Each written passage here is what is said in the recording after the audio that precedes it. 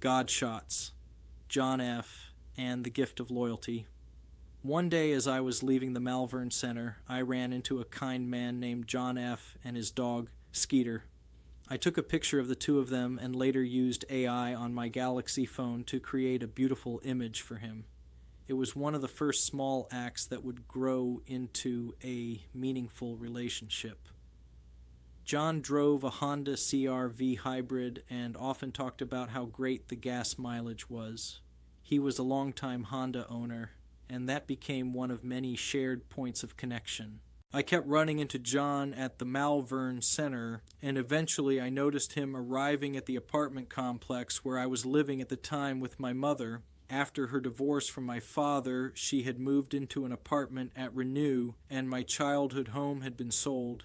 When John moved into an apartment downstairs, it felt like a personal windfall. It was as if the program had come directly to me, allowing me to stay connected on a much more personal level. I began checking in on John and Skeeter daily. This was around the same time I started working at a large corporate retailer in the area. John was a master carpenter who had built his previous home in Douglasville. After some unfortunate circumstances, he had to sell it. He had lived there with his mother, whom he reconciled with later in life, and he often said she was the best roommate he ever had. Not long after, John was involved in a serious car accident on Route 401. He had inexpensive insurance through the Sentinel, and despite the fact that another driver had hit him and ripped the front end off his car, the blame was placed on him. The other family appeared to have connections, and John ultimately received nothing from the claim. As a result, he was forced to buy a high-mileage Honda Accord from someone in the program. Around this time, I had begun working on my own car. Everything I learned doing repairs on my vehicle, I applied to John's. I researched all the common failure points for his model, knowing that at over 200,000 miles, the car would need careful attention to stay on the road. Slowly, I began purchasing parts for my own car using a firm and spent what money I had left helping to buy parts for John's car. All the while, I learned as much as I could. My grandfather on my father's side had been a self-taught mechanical engineer who traveled the world building television tube furnaces.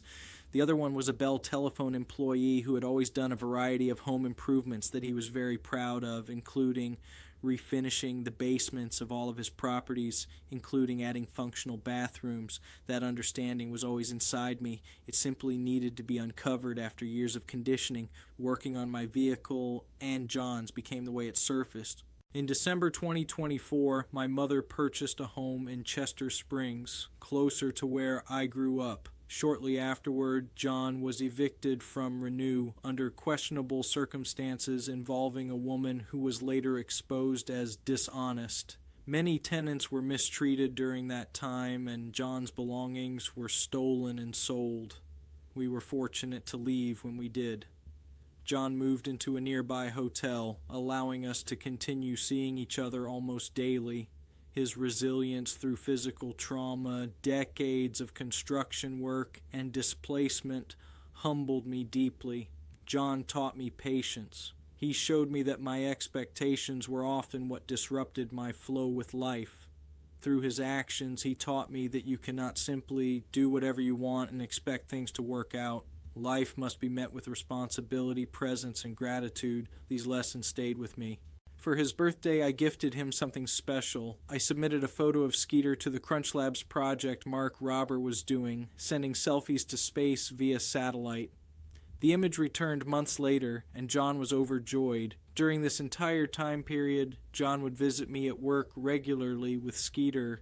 We would sit down in the garden area and have discussions that were the bedrock of my recovery, especially in dealing with difficulties that were occurring in my personal and work life at the time. I always knew when they arrived because I could hear Skeeter's collar. Even when other dogs were around, I somehow always knew when it was them. These moments were among my fondest memories. John often told me I was the most loyal friend he had ever had.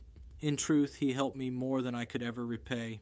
Over time, I fixed nearly everything that went wrong with his car, including diagnosing a fueling issue. I remember wiring in a fuel pump from my 2020 Honda Civic after I upgraded my own to a high-flow pump, fabricating a harness using the connectors from his old pump along with new electrical connectors. The first attempt didn't work. Later, I realized the liters per hour rating was incorrect. On my day off, I went into work to help him order the correct part. When it finally arrived and everything was reassembled, I remember telling John to start the engine. It fired up on the first try. I had to remake the wiring harness after the previous failed attempt, and in that moment I could feel the influence of my grandfather's ingenuity and craftsmanship coming through me.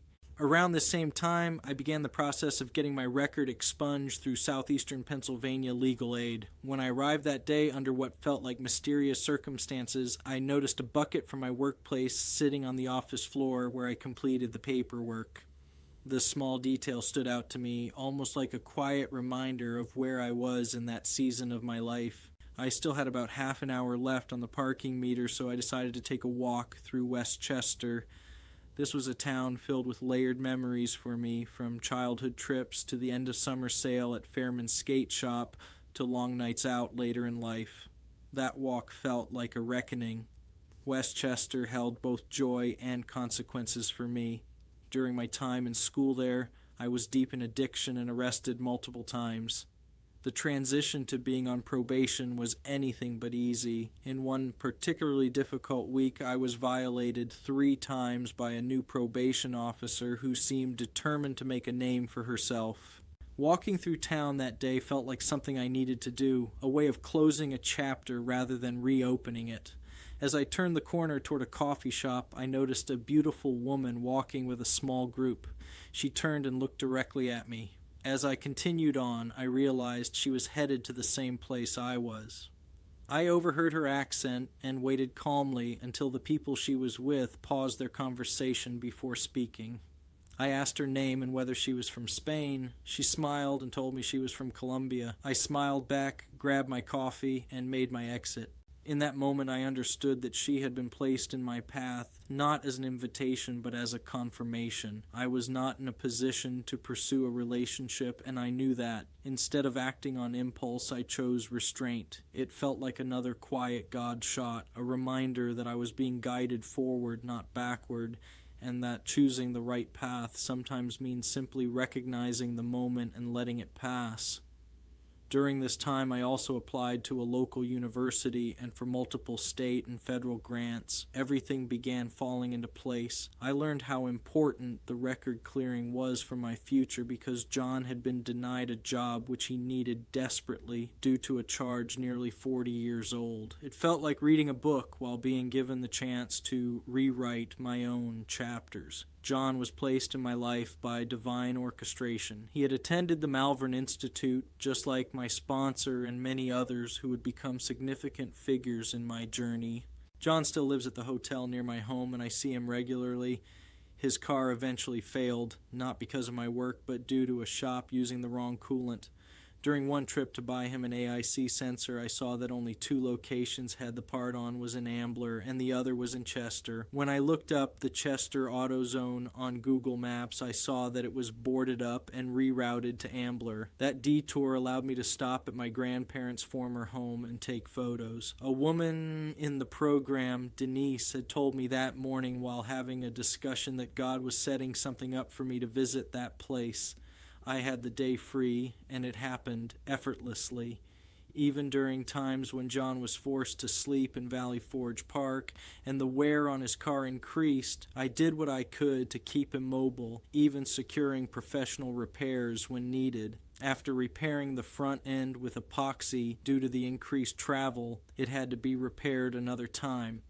This time I remember using JB Weld to secure the front end with some screws, making sure I did not hit any wiring. Each challenge became another lesson in humility, service, and trust. John F. was not just a friend. He was a living God shot, a teacher placed directly in my path to show me loyalty, patience, service, and what it means to truly walk alongside another human being. If this message resonates with you, type "I am aligned" in the comments and like, share, and subscribe for future content.